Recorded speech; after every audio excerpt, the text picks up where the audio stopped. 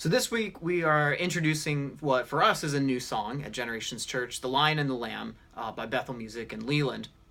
We're leaning more toward the Leland version of it with a lot of electronic stuff, but I love the guitar riff that goes along with that intro and all those interludes, so we're going to be hitting that as well.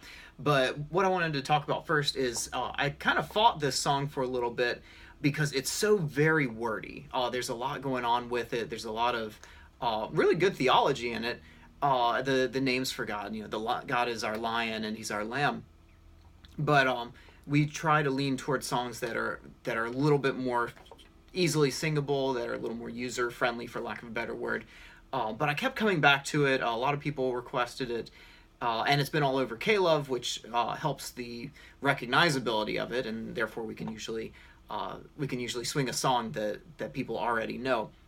But as you look through it, as it talks about the aspects of God as the lion, who is strong, who is fighting for us, it brings this one side of God that is really powerful, and then the lamb, that sacrifice that He made for us.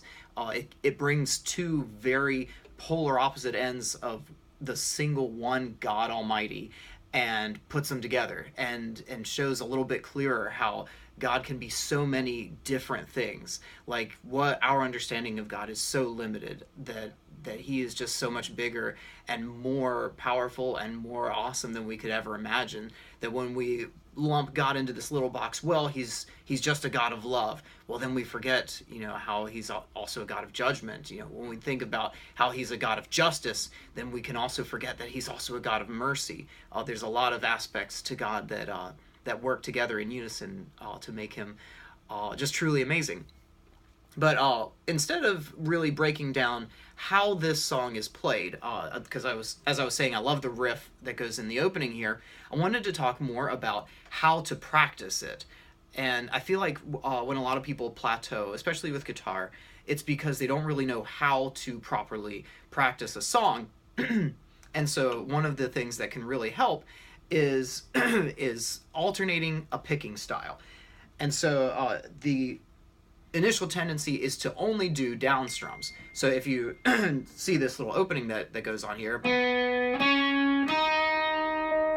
the tendency would be to just strum down for every one of those because it's nice and slow. But when it starts speeding up, then only down strums don't work as well. Excuse me. So you've got to go ahead and practice down, up, down, up. Whatever your scale is, whatever your lead riff is, go ahead and practice down, up, down. And it'll help you so much more in the long run, even if it doesn't seem like it's that useful at first.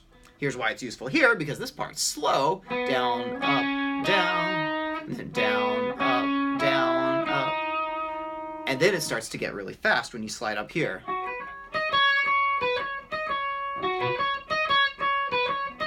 And the down, up really helps there. Because if you tried to downstroke all of that, well, I can't even do it.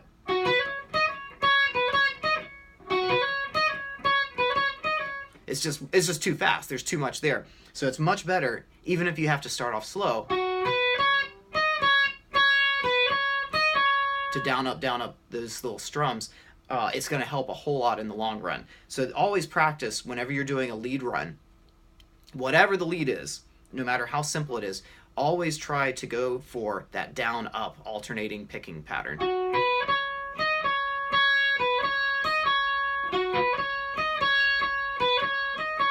And it'll go a long ways to helping you get that speed up that you'll need later.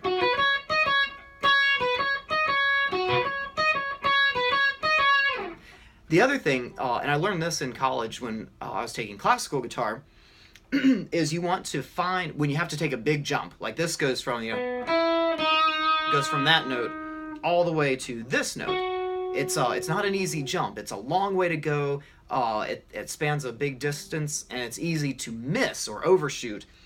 So what I learned, the technique that I learned, is to find the note that you want to get to with your eyes and sort of lead with your elbow. So you're going to kind of lead, boom, and land right on it. And just practice that.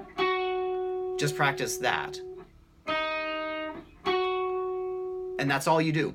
for a very long time. So when you're practicing at home, instead of trying to put the whole thing together at first, just get really comfortable with that. Be able to do that in your sleep. And then it'll make everything make more sense.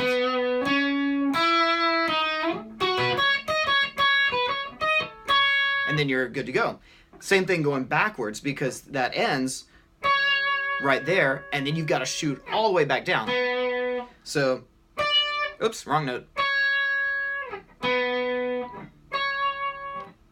Just practice that over and over again, and that'll get you used to making those jumps so that you don't have to think as much about what they're each going to look like. You can just play the song and enjoy it. So I hope that helps.